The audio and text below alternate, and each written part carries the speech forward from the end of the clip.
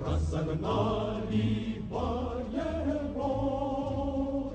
и на тихом океане свой закончили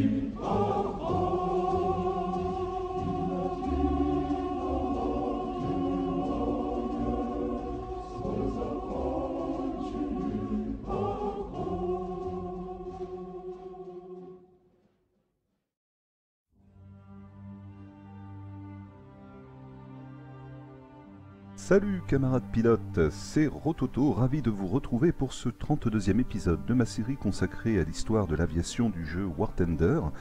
Un épisode un peu spécial aujourd'hui puisque nous fêtons ce vendredi 8 mai les 70 ans de l'armistice de 1945. Il m'a semblé donc important, je pourrais presque dire obligatoire, de vous faire un épisode pour ce jour tout à fait particulier. Et je me suis dit qu'aucune nation ne semblait plus appropriée que l'Union soviétique pour fêter cette commémoration, compte tenu de l'énorme tribut humain que ce pays a payé à la Deuxième Guerre mondiale. Bon, bien évidemment, la Deuxième Guerre mondiale, dans cette tragédie, c'est vraiment le peuple russe qui subit la plus grosse part de cette hécatombe, avec près de 27 millions de morts. Vous vous rendez compte, entre 20 et 27 millions selon les estimations, c'est presque irréalisable quand on y pense. Les Russes ont donc consenti d'énormes sacrifices, parfois, il faut le reconnaître, un peu forcé, c'est le moins qu'on puisse dire, par le système stalinien, ce qu'il convient tout de même de rappeler, pour venir à bout de l'Allemagne nazie. Et ils furent sans aucun doute possible les principaux acteurs de la victoire finale sur le Troisième Reich. Sans eux, il est presque certain que jamais les Américains n'auraient réussi à débarquer en Europe, et il est presque tout aussi certain que les Britanniques auraient été contraints à la capitulation. Donc, comme je pense qu'il faut toujours rendre à César ce qui appartient à Césarovitch, j'ai pensé qu'il était tout à fait approprié de consacrer ce numéro spécial 8 mai 1945 à un avion russe. Et nous allons donc parler aujourd'hui du MiG-3, le Mikoyan Gourevitch MiG-3.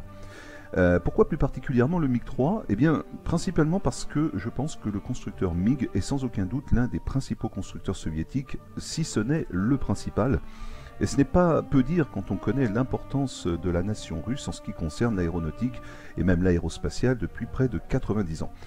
Donc revenons-en à notre fameux MiG-3. Avant que nous parlions de son histoire, je pense qu'il est d'abord important de parler de ses pairs, les ingénieurs Artem Mikoyan et Mikhail Gourevitch, cofondateurs de la firme MiG, MiG qui est donc la contraction de leurs deux initiales. Donc nous allons commencer par parler du plus célèbre d'entre eux, Artem Ivanovitch Mikoyan, né en 1905, mort en 1970, un ingénieur russe d'origine arménienne, né dans une famille modeste, ce qui est un plus dans le système communiste bolchevique, puisqu'il a commencé sa carrière en tant qu'ouvrier tourneur à Rostov-sur-le-Don. Il fut ensuite conscrit dans l'armée pendant son service militaire. Ensuite, il fut reçu à l'académie de la force aérienne Joukovski, où il fut diplômé au cours de l'année 1937, à la suite de quoi il coopéra avec le célèbre ingénieur Polikarpov dont nous avions déjà parlé lorsque nous avons abordé des avions tels que le I-15 ou le I-16. Donc il collabora avec Polikarpov dans un premier temps, avant d'être ensuite nommé chef de bureau d'études à Moscou à la fin de l'année 1939. Puis il fonda son propre bureau d'études avec son comparse, Mikhail Gourevitch, dont nous parlerons par la suite. Ce bureau fut baptisé OKB MiG, OKB qui est en fait qui sont les initiales de Ozoboye Konstruktor Skoye Bureau. Désolé pour mon pitoyable accent russe, je suis vraiment navré, c'est pas forcément plus évident pour moi de parler en russe que de parler en japonais. Bref, voilà, donc ce bureau d'études, l'OKB MiG, fut mis au point en collaboration avec Gourevitch et Mikoyan. Mikoyan qui reçut par la suite à 2 reprises la plus haute distinction civile de l'Union soviétique, le titre de héros du travail socialiste, et il fut ensuite élu à 6 reprises député du Soviet suprême. Voilà, donc il eut une carrière politique à l'issue de ses réussites en tant qu'ingénieur aéronautique. Nous allons maintenant parler de son associé, Mikhail Gourevitch, né quant à lui en 1893, mort en 1976, issu d'une famille juive de techniciens viticoles.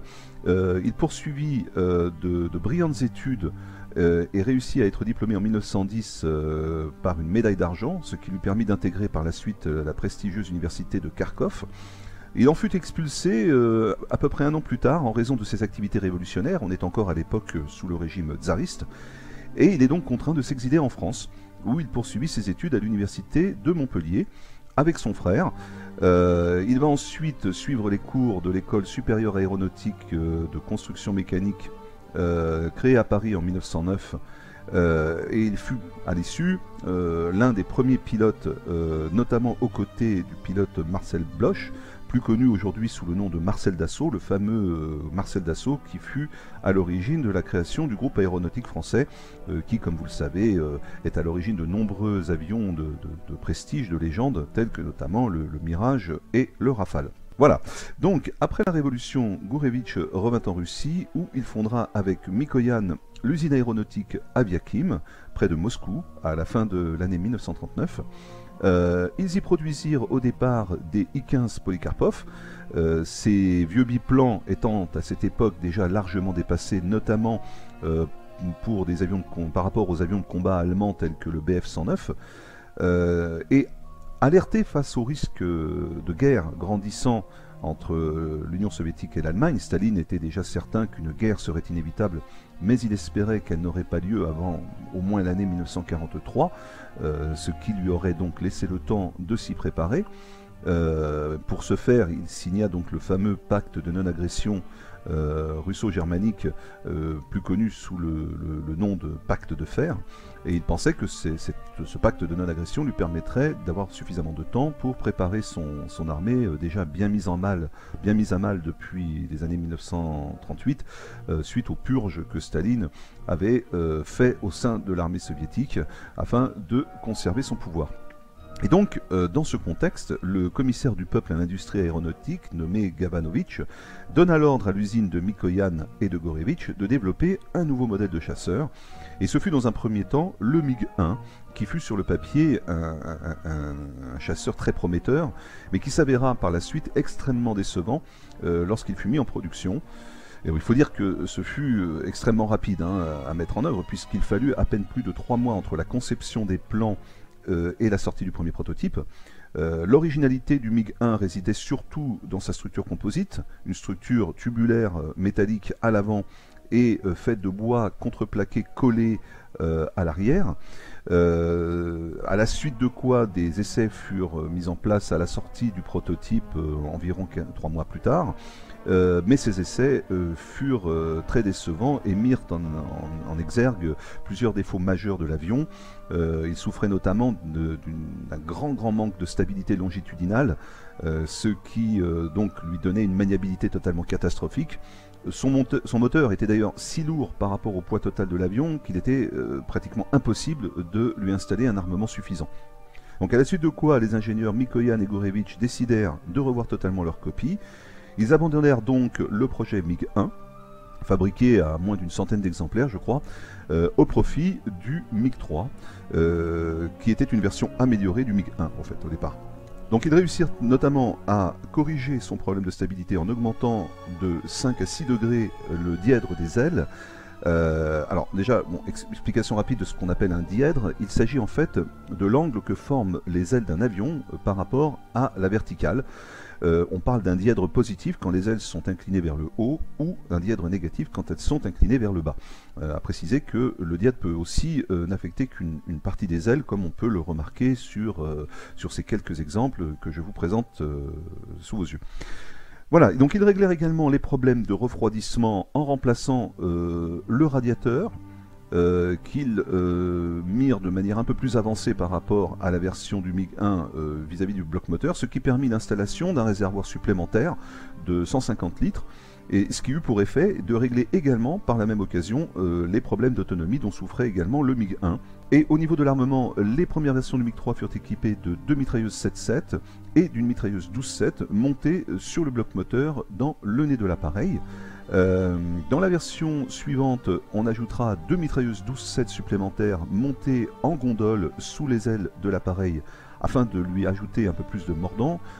J'en avais déjà parlé sur les avions de cette époque, la mitrailleuse 7.7 était extrêmement courante, mais il faut reconnaître que c'est un calibre qui ne donnait pas suffisamment satisfaction, donc très rapidement il a été nécessaire de lui ajouter un peu plus de puissance de feu, et comme l'avion n'était pas prévu pour cela au départ, l'idée de monter des mitrailleuses supplémentaires en gondole, là, je vous présente, vous voyez ce que c'est qu'une gondole, en fait ce sont des sortes de supports ajoutés sous l'aile de l'avion. Donc on a mis en point ce bricolage entre guillemets pour donner plus de puissance de feu. Et puis ensuite, dans la version la plus aboutie du MiG-3, ce dernier sera équipé de 2 canons de 20 mm montés dans le nez de l'avion à la place des 3 mitrailleuses d'origine. Voilà, donc l'avion fut lancé dès l'année 1941 et participa donc au premier combat contre la Luftwaffe dès le début de l'opération Barbarossa. D'où le petit clip de présentation que je vous ai fait au début de cette vidéo afin d'illustrer cet état de fait. Mais sa production dut être stoppée assez rapidement du fait de l'important besoin d'avions d'attaque au sol qui se fit sentir et qui fit que la priorité fut donnée aux usines pour fabriquer le moteur AM38 qui équipait les avions d'attaque au sol Ilyushin IL-2 Shturmovik, dont nous aurons l'occasion de parler dans un prochain épisode, au détriment du moteur AM35 qui lui équipait les chasseurs MiG-3. Et avant cet arrêt de production, les usines eurent tout de même le temps de construire près de 3200 MiG-3 qui participèrent donc aux premiers combats, donc les combats les plus durs pendant les jours les plus dramatiques de la guerre pour l'URSS, c'est-à-dire dans les années 41 et 42.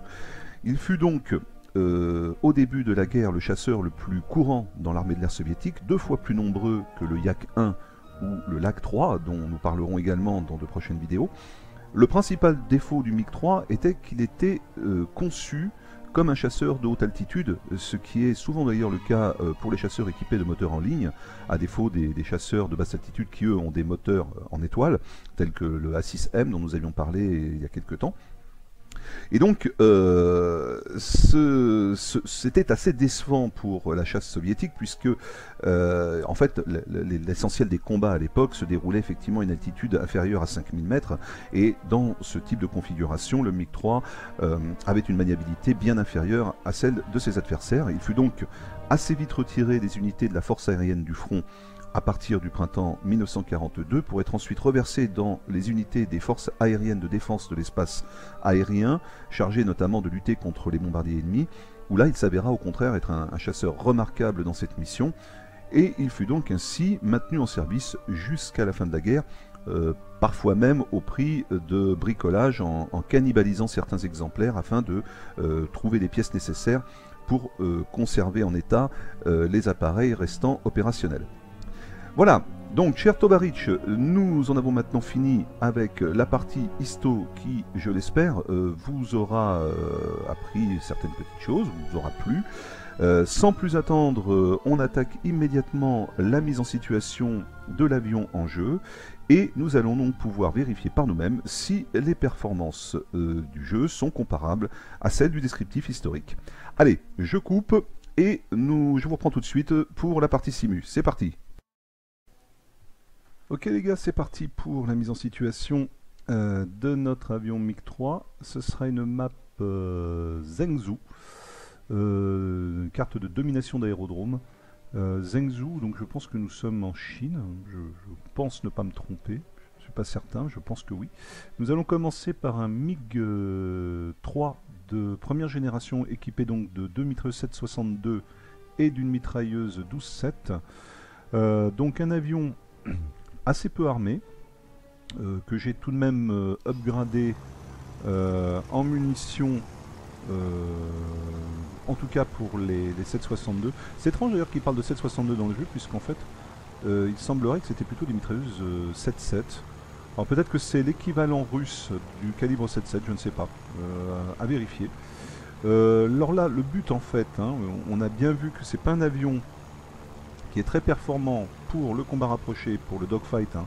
C'est pas un avion japonais, c'est un avion qui est assez solide, comme la plupart des avions russes, mais qui a surtout une grande capacité en taux d'ascension.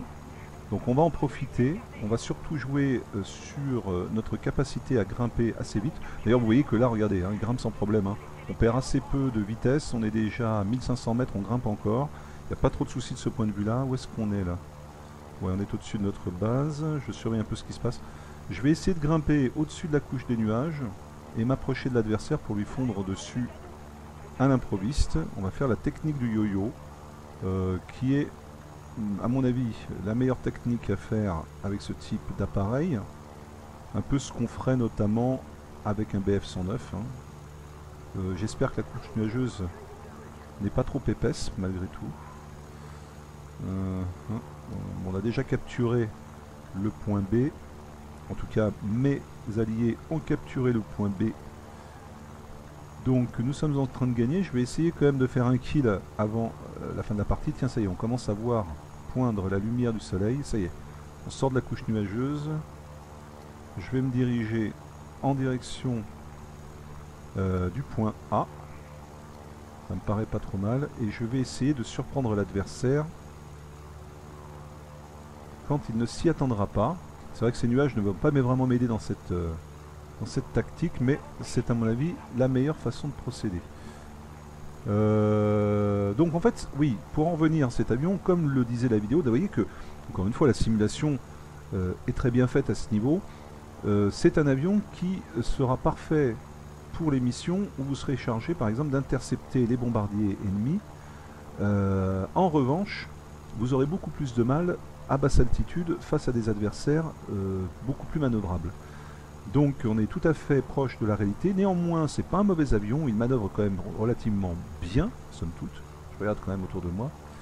Tiens, pendant qu'on y a un petit coup d'œil sur le cockpit, vous voyez qu'il est toujours aussi magnifiquement modélisé. Hein. Je suis toujours aussi admiratif du travail des graphistes du jeu War Thunder.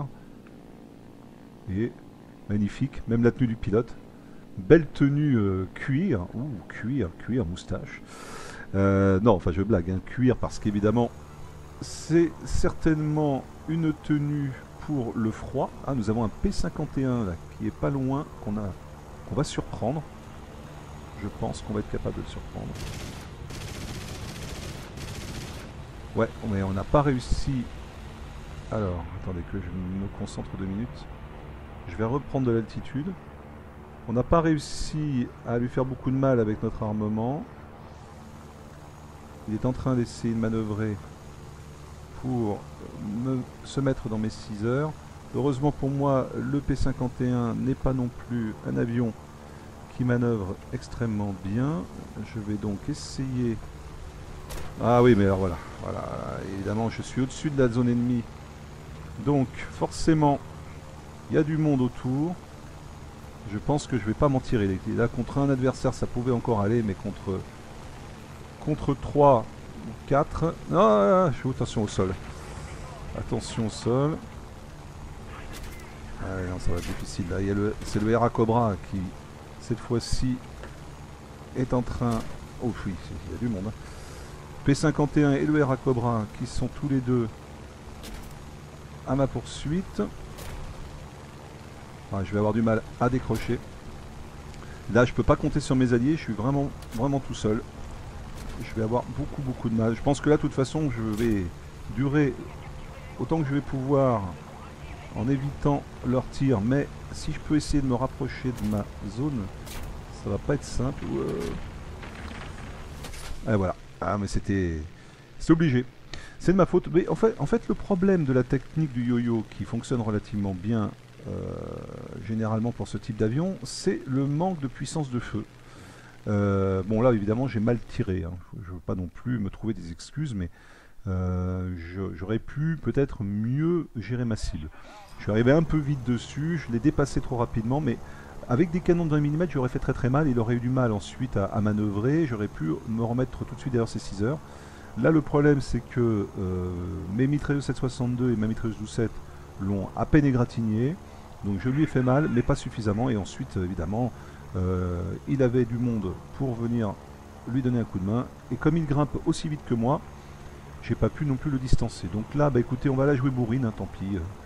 Je vais pas non plus faire une vidéo qui dure 3 heures où je vais repasser au-dessus de la couche nuageuse. Je vais y aller un peu en bourrin. On va essayer d'entreprendre ce P63 si je peux.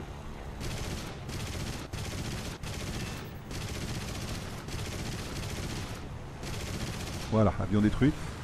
Hop, on va essayer maintenant d'attaquer ce P39. Là, je suis un peu loin encore.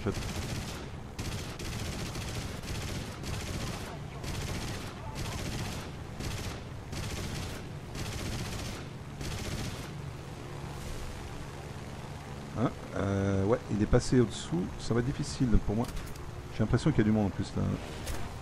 Ouais, il a des amis qui viennent lui donner un coup de main. Donc je vais éviter de me faire descendre tout de suite si je peux. Je vais essayer...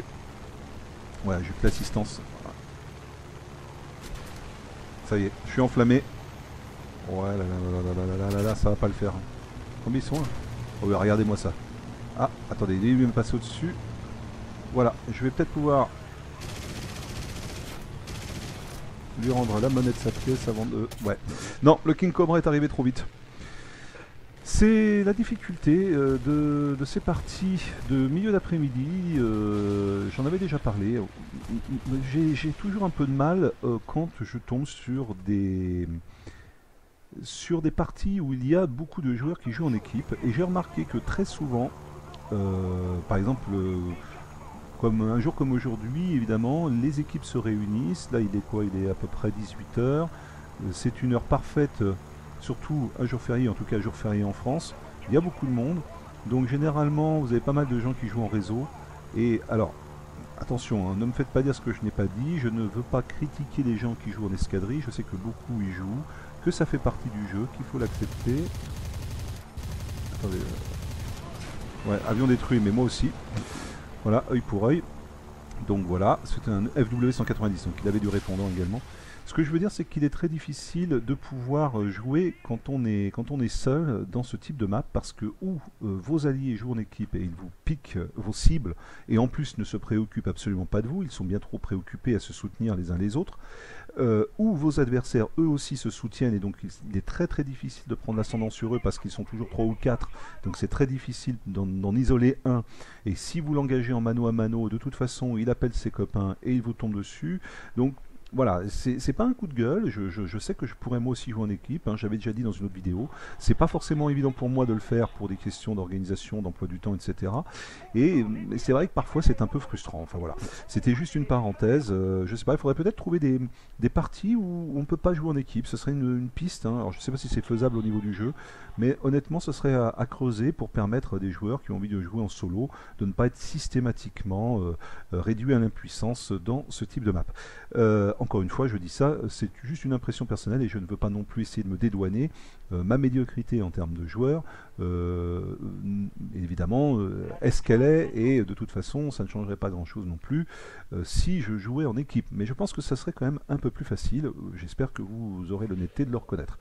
Voilà, donc on termine catastrophique, niveau 10e. Ah tiens, j'ai décroché, qu'est-ce que c'est ça? Héros de l'URSS, ouais, pas mal quand même, 1000 joueurs abattus. Ouais, ouais, quand même, ça fait un petit moment déjà que je joue. Bah écoutez, on va tout de suite faire une deuxième partie, hein. Écoutez, ma foi, hop, on va relancer immédiatement. J'espère qu'on va pas attendre trop longtemps pour en avoir une deuxième. On est à combien là? On est à 9 minutes, oui, oh, ça va nous faire en gros 20 minutes de simu. Qu'est-ce que c'est? Sim du désespoir, donc ça va être une map montagneuse. Ça pourra peut-être nous aider un peu plus, je ne sais pas, on va voir si c'est plus facile sur ce type de map. Je sais que, si je me rappelle bien, sur cette map là, on prend quoi? Ouais, on reprend celui-ci, on reprend le MiG première génération. Sur cette map là, le canyon est une espèce de, comment dirais-je, de foire d'empoigne, il y a énormément de monde, donc comme tout le monde est un peu concentré pour essayer de faire des kills ou de ne pas se faire tuer, on peut réussir en la jouant malin à faire quelques bons coups à nos adversaires. Donc on va essayer de reprendre la technique du yo-yo. Vous voyez, je remonte très facilement au niveau de l'altitude. Je vais attendre que on s'engage un petit peu plus là dans le canyon au niveau du lac. Et quand les adversaires auront baissé en altitude, je pense que je m'en approcherai et j'essaierai de tirer les marrons du feu. Entre temps on a un F6F là qui s'approche de nous, je vais peut-être pas trop m'approcher, je vais attendre de grimper un peu plus. Attention quand même de ne pas sortir de la map. Voilà, il y a un P47 aussi, il y a un Typhoon là, donc je vais me rapprocher quand même de mes alliés. Voilà, on va pouvoir commencer à revenir vers le centre.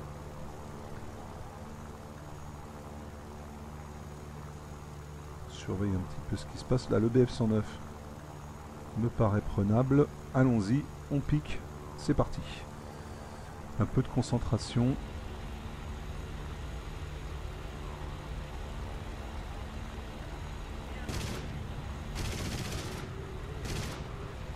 Bon, je l'ai touché, mais...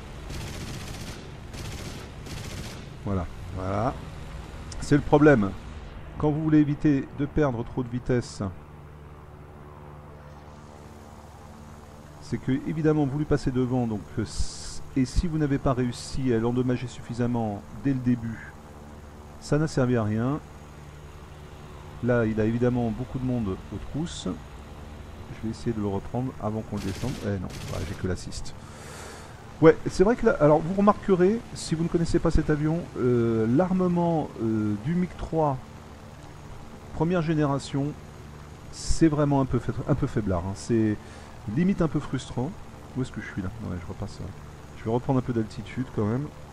Limite un peu frustrant parce que vraiment vous manquez de mordant, vous avez du mal à faire mal à vos adversaires. À la limite sur des avions japonais, ça pourrait encore le faire, mais les avions japonais manœuvrent très très bien, donc il vaut mieux pas se louper.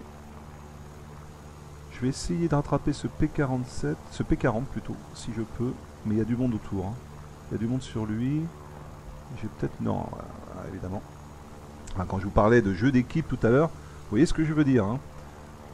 Et là, vous voyez, c'est... Bon, évidemment, ils sont pas... Ils jouent peut-être pas tous ensemble, mais on sent bien quand même qu'il y a une communication, quoi. Et on sent que c'est pas... C'est pas anodin, quoi. Hein, regardez. Là, on voit bien que il y a du monde autour. Bon, je vais encore avoir une assist, vous allez voir. Difficile de faire mieux. Voilà, assistance. Donc, des scores calamiteux. Mais je peux pas faire beaucoup mieux avec mon armement. Hein. Je vous assure que... Qu'est-ce qu'on a derrière? Bon, après, sinon, c'est vrai qu'il est très agréable à jouer. Hein. C'est un avion qui, ma foi, manœuvre plutôt pas trop mal, qui monte très très bien. Donc, en jouant sur la capacité ascensionnelle, vous prenez facilement... Attention quand même à ce qui se passe derrière moi. Prenez facilement l'ascendant sur votre ennemi. Mais c'est vrai que autant avec le MiG-3 équipé de 20 mm, ça se passe pas mal, autant avec celui équipé de ces mitrailleuses... Ah, un A20G là-haut, est-ce que je peux l'avoir? De ces mitrailleuses 7.7 et 12.7, c'est plus compliqué. Là je vais avoir un petit peu de mal malgré ma capacité d'ascension. Je mets un coup de web là quand même pour essayer de pas... Il est un peu loin mais je pense que... je peux peut-être l'avoir. Attention à ces mitrailleuses quand même. Hein. Là je suis dans mon rôle, hein, attaque de bombardier. Bon, vous me direz le A20G n'est pas à proprement parler un bombardier, c'est plutôt un avion d'attaque. Mais je suis après tout un avion chargé de la défense aérienne. Est-ce que je peux le rattraper là? Ah, ça y est, il y a toujours un empêcheur d'empêcher de tirer en rond là. Alors, en plus, ça c'est un A20G qui sert de chèvre ça. Hein, il utilise sa capacité de résistance. Ça y est, j'ai réussi à me débarrasser de... Ah voilà, bon bah j'ai perdu d'autres temps. Il utilise sa capacité de résistance avec un chasseur qui lui colle au basque et qui sert à grappiller ceux qui vont tenter de s'en approcher. Le A20G résistant bien au coup et le chasseur se chargeant de le débarrasser des importuns. Oh, il a vraiment rien dans le ventre. Hein. Vraiment c'est très difficile de faire mal à un avion. Là, regardez ça, on le RA Cobra, ça vire pas trop mal non plus. J'ai du mal à manœuvrer, vous voyez, à basse altitude, ce qui est là aussi historique. Hein. J'ai beaucoup de mal à le reprendre. Et le problème, c'est que compte tenu de la faiblesse de mon armement, hein, vous voyez, je lui fais rien. Hein, 4, ça ne fait rien du tout. Voilà. Je vais encore avoir une pauvre assiste. Et ça me coûte la vie.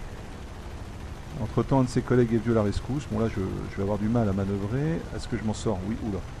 Oui, je pense que je vais pouvoir aller me poser. Enfin, si mon moteur ne me lâche pas avant. Et si je ne me fais pas descendre entre temps. Ah, il y a un air à cobra qui revient à la charge. Ouais, je vais avoir du mal là. Je vais avoir du mal à me débarrasser de lui. Ah oui, voilà. Il a pris le temps qu'il lui fallait, tranquille. Il lui suffisait juste de se rapprocher pépère, de m'aligner avec son canon 30 mm et voilà. Bon, je vais passer directement sur le MiG 334. On est à combien là? 17 minutes. Ouais, ça va encore. Allez, on va passer sur du 20 mm. Ça sera un peu moins frustrant pour moi, comme pour vous. Est-ce que... Ah, alors attendez, est-ce que je peux le récupérer le P39 là? Je me ferais bien un Hyper Eye.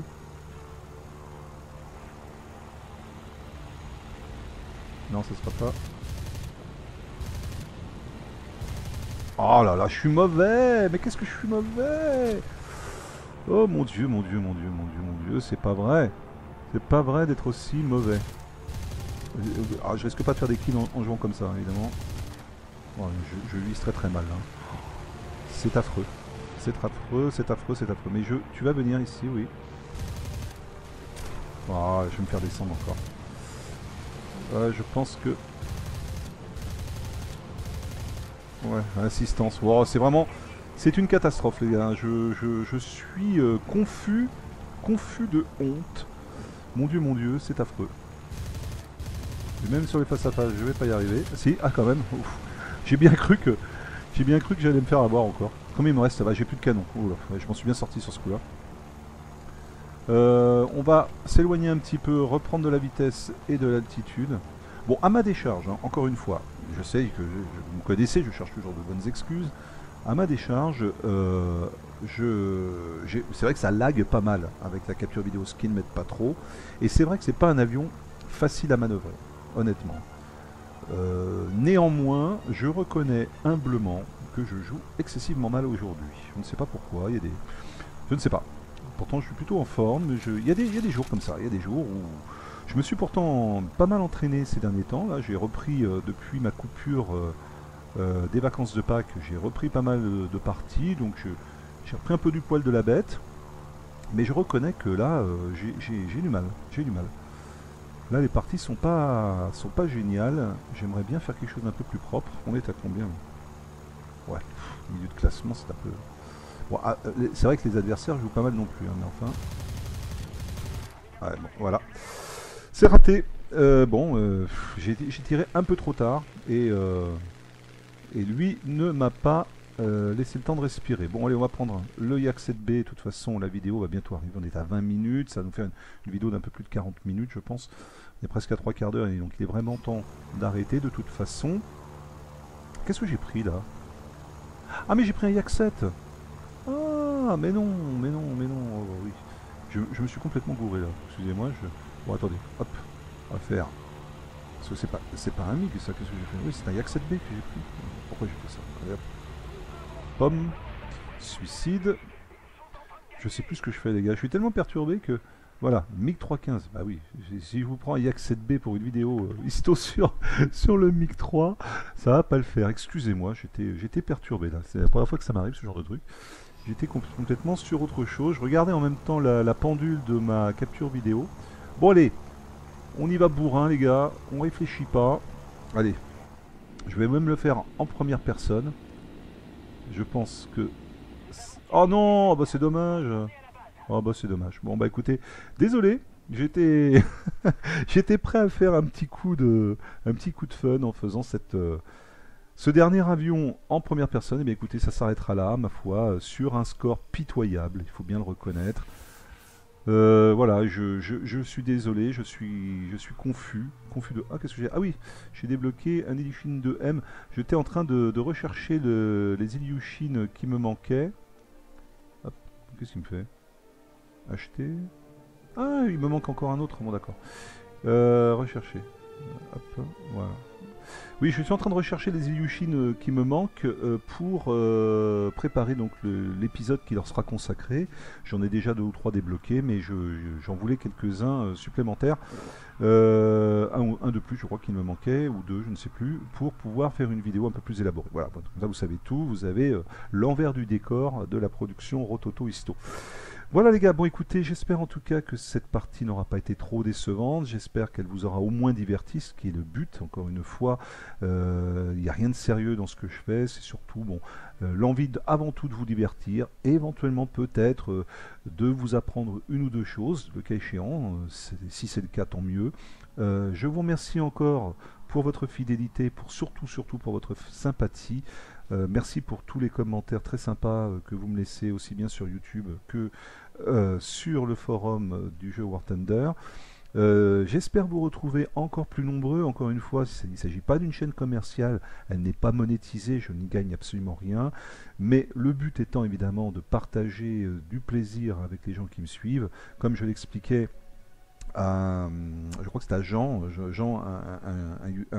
un joueur qui me suit depuis quelques temps déjà, qui me fait la sympathie de me suivre sur mes séries vidéo YouTube, qui me disait effectivement ça marche pas toujours comme on veut sur des séries, il y a des séries qui plaisent plus que d'autres, ou des avions qui intéressent plus que d'autres, et comme je lui disais, le but n'est pas voilà, de faire de l'audimat, de faire des vues à tout prix, le but c'est de partager du plaisir, et donc évidemment il faut quand même qu'il y ait un minimum de gens pour le suivre, sinon ça n'a plus aucun intérêt. Voilà, donc du coup j'espère vous retrouver de plus en plus nombreux, ça m'encouragera à continuer, ça m'encouragera à me dire que le temps que je consacre à ces vidéos n'est pas fait en pure perte. Savoir qu'il faut compter par exemple pour une vidéo comme celle-ci presque 2 jours en tout, entre les recherches sur les avions, le montage, les captures, la documentation, les commentaires, la musique, etc. Puis les parties comme celle-ci. Voilà, et puis ensuite il y a à peu près 3 ou 4 heures de téléchargement, donc c'est quand même quelque chose d'assez conséquent hein, par rapport aux premières vidéos que je faisais, alors à l'époque complètement à l'arrache, j'en faisais 3 dans la journée. Là, c'est quand même quelque chose de beaucoup plus élaboré. Donc voilà, j'espère que ça vous plaira toujours autant. Et puis, donc j'espère vous retrouver encore une fois le plus nombreux possible pour les prochains épisodes. Je vous tiendrai au courant sur le forum, comme j'ai l'habitude de le faire. J'espère que vous me suivrez également sur les abonnements ou éventuellement sur ma page Facebook, dont je vous laisserai l'adresse dans le commentaire. Voilà les gars. Encore une fois, à bientôt j'espère. Merci pour tout. Et donc on se retrouve pour la prochaine vidéo. D'ici là, à ciao les gars.